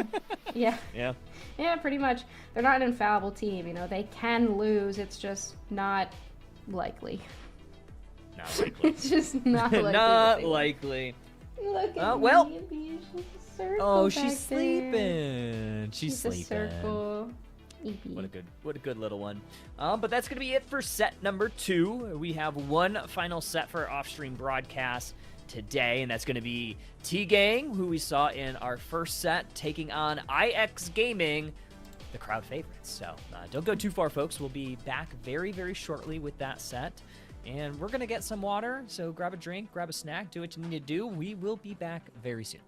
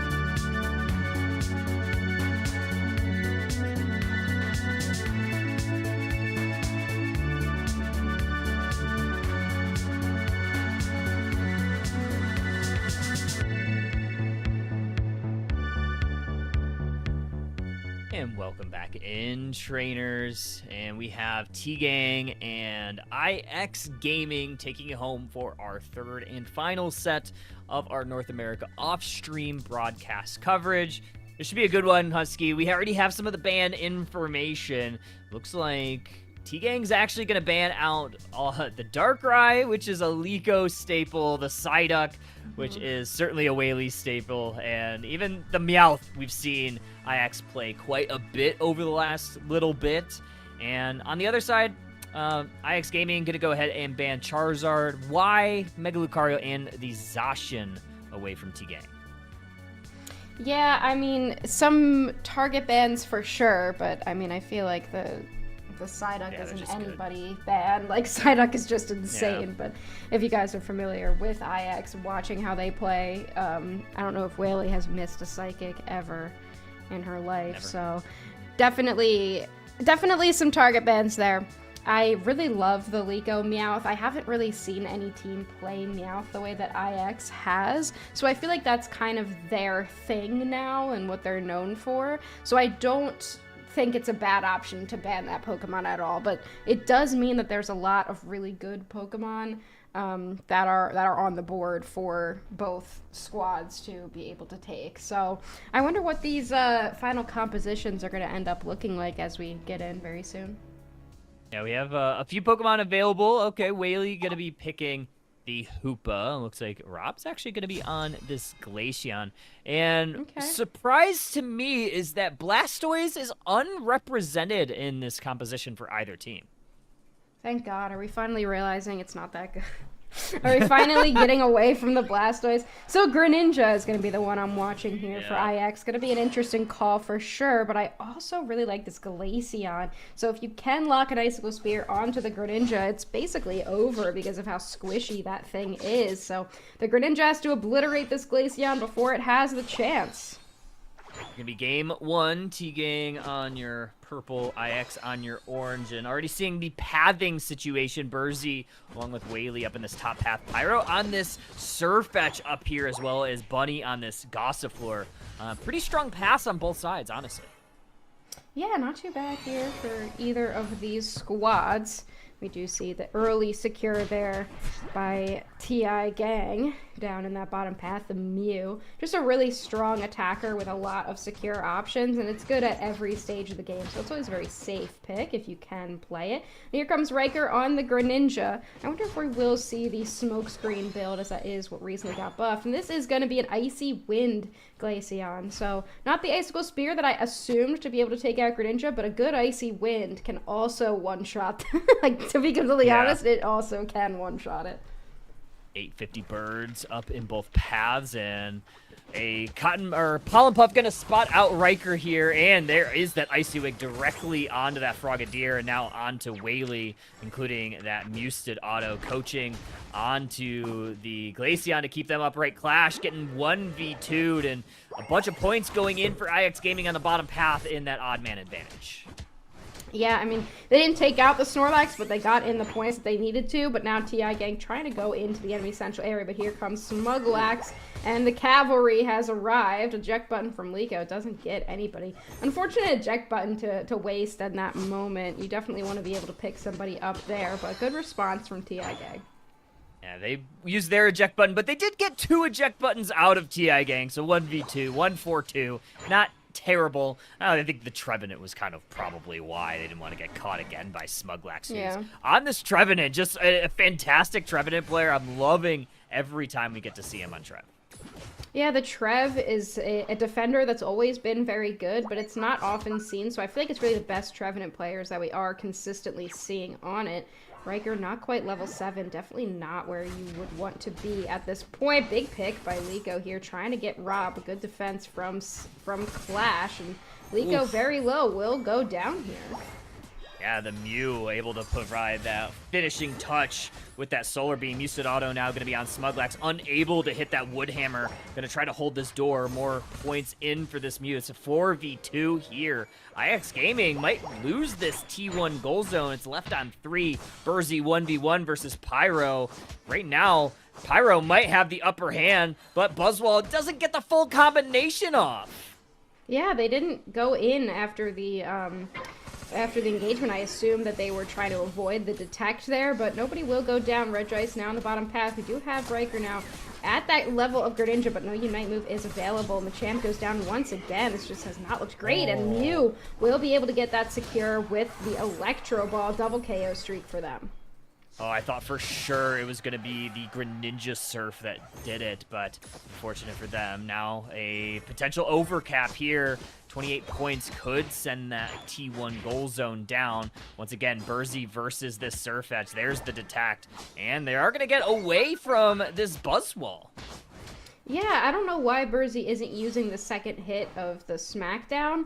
I guess it's to try to avoid using the, procking the detect and then getting themselves into a weird position, but I think it just goes to show how good Surfetched really is, that they have been able to pull ahead of Burzy in the top path, even though Buzzwole, one of the best early game top laners that you can get. Very low Regieleki will be secured by Buzzwole. Early Solar Beam there from you. Smart play by IX, but that's 4 members of TiGang up in that top path to defend. I'm not sure if IX can really say anything about it, but they're going to try. Ooh, they're certainly going to try. Unite move from Greninja. Tried to find a KO there on the Duck. Unfortunately, unsuccessful. Trevenant going to be the first Pokemon to fall in this fight for this T1 goal zone. Nice little surf there. Pushes this Regieleki back a little bit. Eldegoss goes down for TiGang.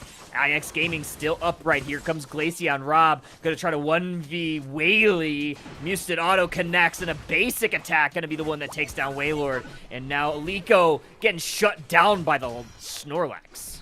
Yeah, I'm not sure about this Machamp. Liko has not looked very good on it, just hasn't been able to get the levels that they need, and they keep going in on Glaceon, but they're very well protective right now, so if you go in, you get a submission, you gotta have follow-up, and they just don't at the moment, so it is a little bit dangerous to continue making that play. To level 11 Glaceon, and I think this was likely the last pick for TiGang, because this is a very, very good counter to what IX has put in, and it's looking really solid right now. It really is. Snorlax putting a couple Pokemon to sleep with that yawn. Here comes another Water Burst Shuriken, looking to take down this Mew. Grabs a Citrus Berry and a Coaching. Oh, Machamp looked for the grab, couldn't get it. What an ankle breaker there from TiGang. And now we're gonna try to go against this Snorlax for this Altaria family. And last hit did go over to Burzy as we head towards this bottom path. Once again, 1v1 Burzy versus Pyro against this Duck. Duck getting the best of him with that lunging leak blast, sending Buzzwole all the way back. But here comes Whaley bringing the team in. Rings unbound. Regirock dangerously low. TiGang on the offensive. And we're going to get a last hit secure. Solar Beam's going to take out the Machamp. Looking for a Woodhammer. Good play from them. And IX Gaming finally gets a team win there. Yeah, this time it is going to be the Greninja to get it, but they will get snuffed by a Solar Beam there. This Mew just looks absolutely ridiculous. Great eject button in the middle of the Unite move. Will finally take down this Glaceon. That's going to be a huge KO there for Buzzwole. Mew will also go down in that fight. Clash now trying to hold on to this goal zone. Huge Unite move. I don't think IX is going to be able to capitalize off of that fight win. Yeah, the yawn into the Unite move was probably the saving grace there for TiGang. Otherwise, I think this Snorlax probably goes down. There's a lot of response there from TiGang. And now we still have a top Regieleki up here. And it's Pyro just kind of holding this goal zone. Level 12 on this Surfetch is nothing to be, or I guess it is a lot of things to be afraid of if you're IX. Yeah, and now Regieleki getting chipped down could be taken by this Surfetch. They have been watching it the entire time. Ooh, great call there from this Machamp to jump in, make sure that they're able to secure that objective. But IX is not looking good right now. This Machamp, not a great pick, I don't think, for IX. It hasn't been looking great at all.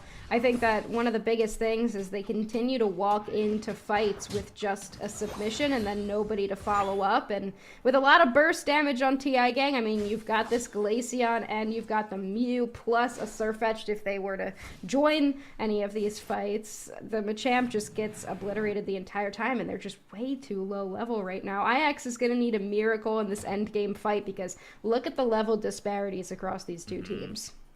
Yeah, it's not looking super great right now, so we'll see what IX Gaming has drawn up here for these 2-minute fight. 15 seconds until our Kyogre. Already grabbing some vision. TiGang spots a couple Pokemon in that bottom bush. Mew is going to hit that Solar Beam. Going to spot Smuglax down there. Still playing very cautiously. Yeah, but both teams in a pretty decent position. But I mean, the economy of having that solar beam just absolutely huge. And Clash is playing out of their mind right now on the Snorlax, hitting every yawn, stunning them up so that the Mew can do a ton of damage, and nobody has been able to make their way in at all. Okay. But here goes Greninja. They're going to jump right in, Kyle. Oh, a big submission right there from Liko. So, they're going to trade. Smuglax goes down, and the Snorlax goes down. Glaceon able to put a little bit of damage in. Rings are unbound, so the team is looking to put on a little bit of pressure. Liko going to go back to base and likely come back through this top path. Actually going to go through the central area. Kyogre still not really getting touched yet by either team. Yeah, I mean, we do have a Trevenant Unite move available, but look at the amount of Unite moves that are on TiGang's side. And these are some high-value picks as well. Buzzwole looking for a 50 in the top path, but it will be responded to by this Surfetch. And at the moment, I'm not sure that Buzzwole can really hold a candle to that Duck. Glaceon has the Icy Wind available. They have a Unite move. Smart call from IX to try to back out here. Just let this go. Wait for Glaceon to kind of come down from its Unite move high and see if they can pick them up. Oh. Great catch from them. Wow. Huge play. Rob goes down. IX Gaming now on the offensive, but they lose Greninja in tow. Burzy trying to take down this Snorlax. That's going to help Liko with the submission on them. 3 members down for TiGang. Lunging Leaf Blast, though, with a big play. Oh, Liko turns it around. Pyro trying to 1v2. They're going to get one. That's a 4 KO streak for Pyro. IX Gaming going to fall here in game 1. Absolutely ridiculous. They had that fight won, but Pyro on less than 1 HP will use that Duck to the fullest, picking up a Quadra KO, trying to get Whaley as well for the unofficial Penta here. TiGang, really great playing in this game number 1. And again, Pyro just lives everything. I don't think you can let this Pokemon through. It's a huge problem.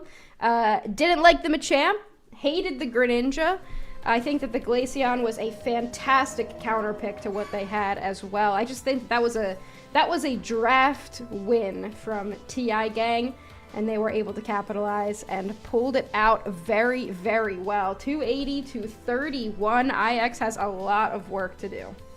Yeah, that was a rough showing from the crowd favorite IX Gaming. TiGang getting exactly what they need so far in this regional week 4. They won that set 2-1 against Aftermath earlier, and now they are in the driver's seat against IX Gaming, who is standing, as we stand currently, in the playoff position, but they are kind of one of those bubble teams right now. So if TiGang can take them, then everything's off the table, and we have a very interesting situation when it comes to week 5.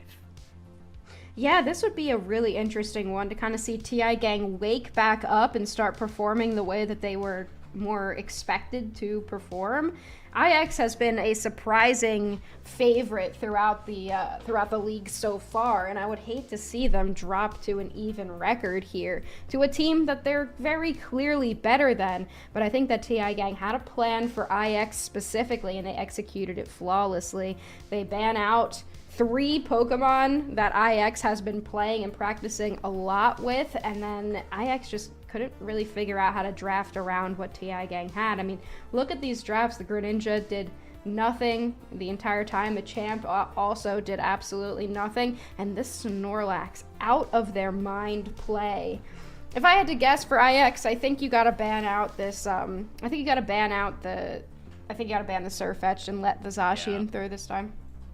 Yeah, I feel like, Surfetch is too good right now. And honestly, like, Surfetch versus Buzzwole, like, the Detect was really making Burzy think about the cooldowns. You don't want to go in when, you're going to use a valuable cooldown just to get detected. So it really made you think a little bit, because Buzzwole is one of those Pokemon that really depends on all that crowd control and all the cooldowns that it has. So I don't know. Like, I feel like you said, probably ban the Duck or pick it if you are on that first pick side.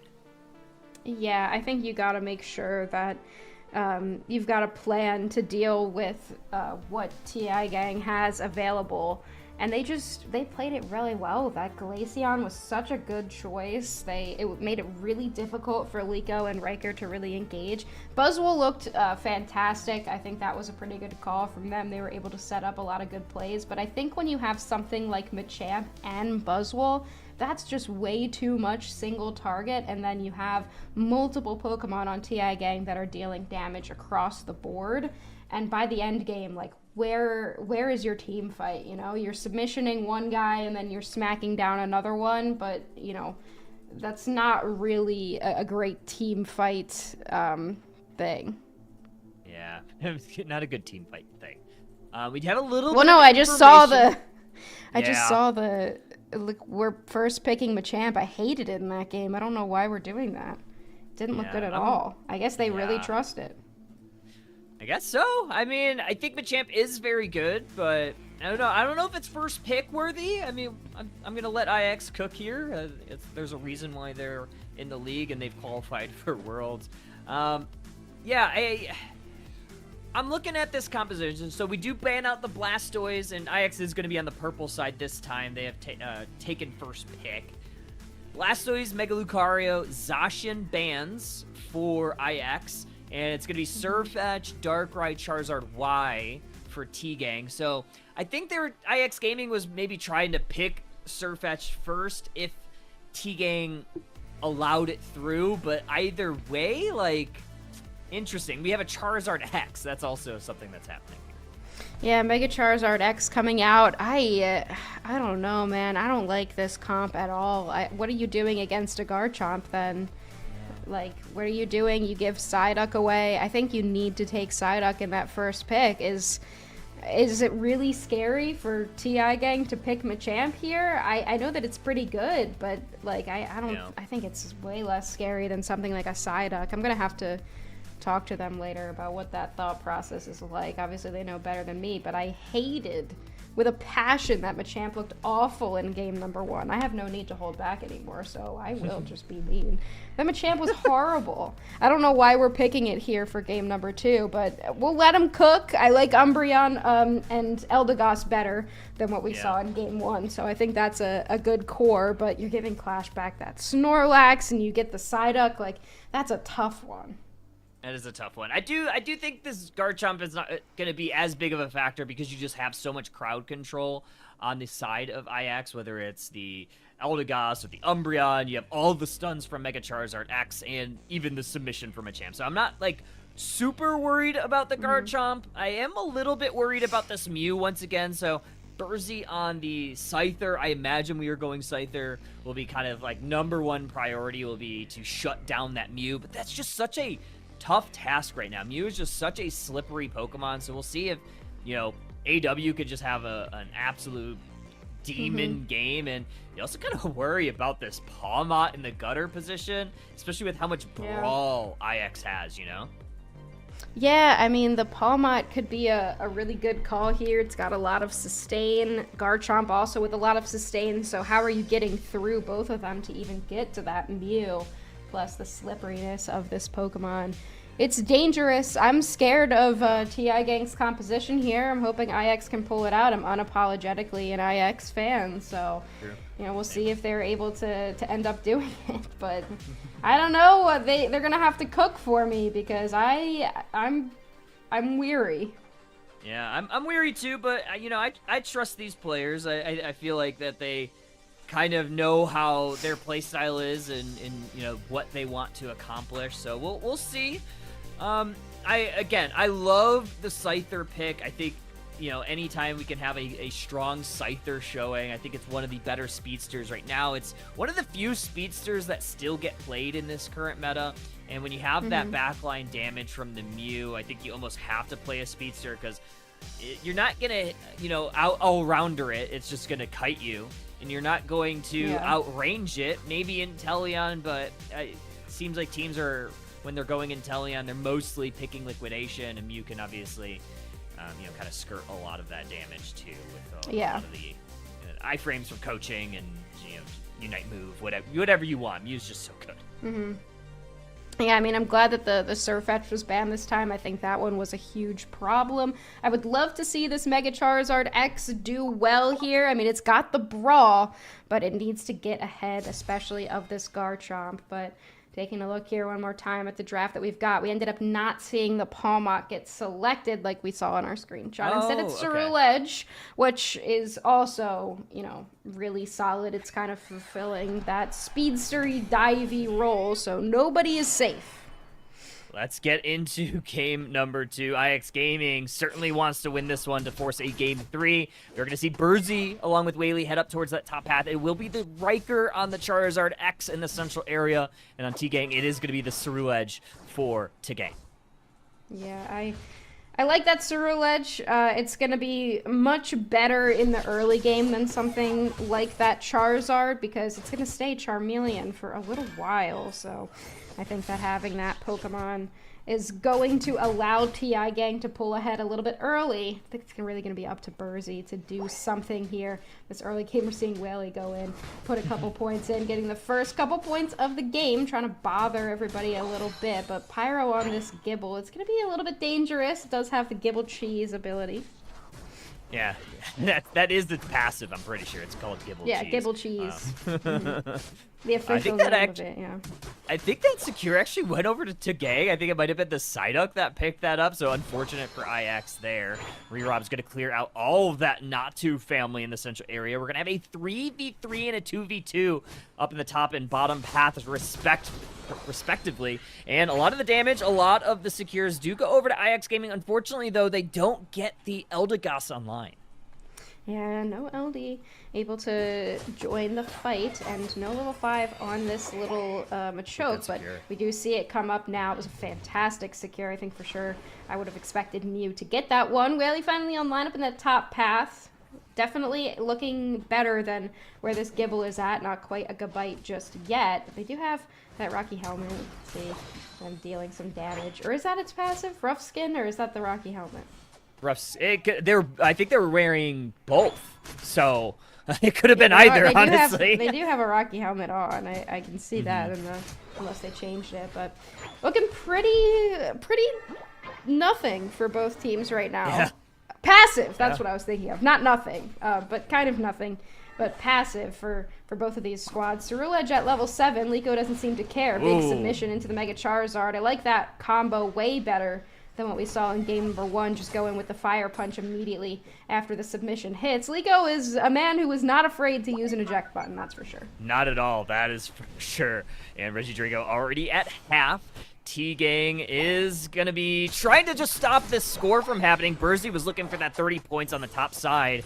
Unfortunately, unsuccessful in their conquest. On the bottom side, TiGang was pressing a little bit forward, trying to get some points down there. 720 birds in both paths. IX Gaming taking the top ones. A lot of them going towards TiGang in the bottom side. Look at this push there. 30 points looking to go in from Charizard. Has the score buff, but Burzy looking for KOs. Headache gauge pops from Bunny into the serve. It's Garchomp trying to be on the offensive, but the Duck goes down. Fire Punch there from the Charizard, and we finally get some points here for IX. Catching that Duck is huge for IX because after that, the Mew and the Garchomp don't look as scary. We do have this scary Ceruledge, though, in the bottom path. That Pokemon almost level 9, and when you have access to a Revenant Ren, that is terrifying. We do see level 9 on the Charizard as well. Easily going to be able to take this top objective for IX, and I wonder if they will try to push into this Tier 1 goal zone. It's a little bit dangerous knowing that Regieleki is likely going to be taken by TiGang. TiGang should be able to take that quickly, and they do. More points looking to go in this T1 for IX Gaming. Unite moves from Burzy. Green Illusion dives. Small overcaps for this Charizard, but I think we're focusing on our attack weights, and that should be valuable as we move forward. Yeah, struggling with math a little bit, but I think that at this point, IX just trying to get some momentum. We did see Char use the Unite move, but not too much came out of it. Both teams very even right now. I think IX is playing a little bit nervous, but they are playing very well. Some vision in that central area is going to be extremely valuable, making sure they get as much experience as possible to gear up for a potential engagement. Likely would happen in this bottom path, but there is no Garchomp online just yet, so just something to consider if IX wants to go in. It's probably a good time before we get a Garchomp. Yeah, we steal that red buff away. That will delay that evolution even further. IX Gaming now on the offensive, looking for their next fight. Scyther hovering that top path, every other member in this central area, trying to figure out which way they want to pivot. TiGang not relenting any positioning clash, just standing there absolutely menacingly as that Snorlax. They don't even care too much that they're giving up a whole lot of position. Burzy in a little bit of trouble here, gets solar beamed by the Mew, and a little bit caught by that duck pulled into the Snorlax, and they're going to have to dash away. Yeah, I mean, Scyther definitely looks really good here, but they are squishy as well, so they have to consider if they are getting hit by these Mew solar beams and electro balls, they have to be near that Eldegoss to be able to get healed back up. Umbreon playing that more defender specific role, so no healing from them, just going to try to go in and make sure that they are setting the team up for success. I like the way Burzy's playing this as well. Yeah. They're just kind of bothering this Garchomp while the rest of the squad in the bottom path. Oh! Big Unite move from Charizard. Mew forced to use that Mystical Mirage to get out to safety. Unite moves getting flying through from IX Gaming. TiGang trying to get in towards this Regieleki. Revenant Rend hits a couple. Solar Beam's going to damage a few. Cotton Cloud Crash hits the mark, and Whaley heals up the rest of the squad. Charizard X able to secure that Regieleki. And now Liko looking for a KO. Submission onto the Snorlax. They go down. Here comes Burzy. Green Illusion dive. Regieleki finds its home. Here's that Livid Outrage from the Garchomp, but the damage is done. Gold Zone down. Charizard going to have to retreat, and Liko going to go backwards as well. Machamp looking way better in this game number 2. Very low here, but they will be able to pick up the KO. I think that just Machamp with the Mega Charizard to follow up has been a game changer for IX. Definitely a good combo. We didn't see that from the Buzzwole in the first game. I think that's kind of what they were trying to do, but it just didn't really work at all. But the Charizard has been able to be very responsive to the engagements from the Machamp. Regidrago now in that central area, and IX doing a pretty good job holding off TiGang, but still, they have a late game team fight composition. They are dangerous regardless of level. Mew stealing that away, and Burzy is going to have to pick up a berry, not going down. Great pick there from the Mew, being able to take that objective away. And it was actually a really good play from Smuglax as well to block that Mew's auto. Otherwise, I think Burzy also gets a KO on Burzy, which would have been, or sorry, AEW would have gotten a KO on Burzy, which would have been really pivotal. Reggie Ice up in the top path. It's going to be IX Gaming full sending it. TiGang unable to respond. So this will be a nice buff for them. 30 seconds until our next objective. And this should be a big one. Looking at the stats across the board, the levels. TiGang getting in position, though.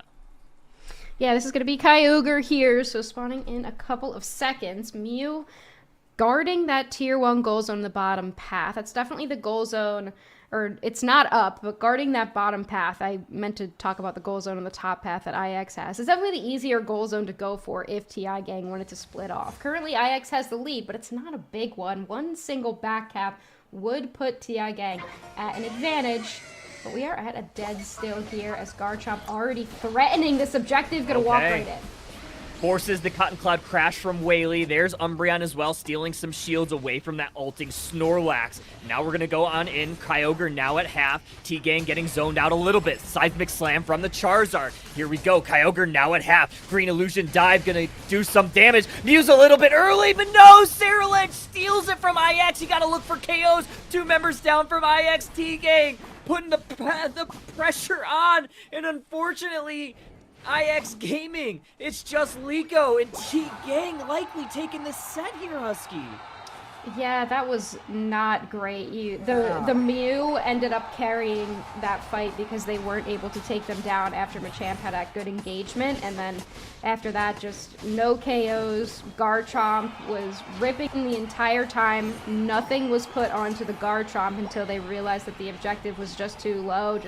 You know, the entire time we're saying TiGang's got the team fight comp. Like, they have a lot of damage. The backline was, you know, really strong. The Mew always threatening a secure, and they were able to get it done. IX not looking great in this set. Machamp looked better this time, but I still don't think we first pick it. Not able to bring it home here, game number 2. In a 2-0 sweep, TiGang's going to take it, and IX needs to lock in if they want to have a chance here to move on to the playoffs.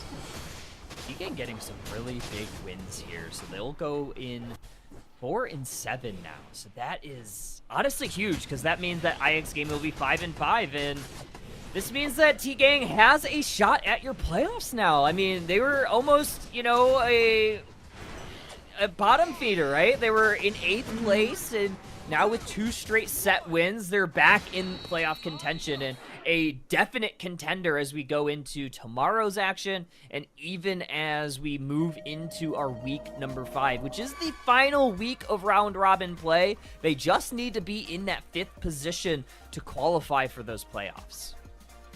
Yeah, and I mean, I never wanted a game 3 more, I think, but disappointing end to that set there. But TiGang really clawing their way back in. I mean, they were one of the teams that qualified through the open qualifiers, and they haven't been performing like it. So seeing them start to do much better towards the latter half of the regular round robin season has definitely been positive.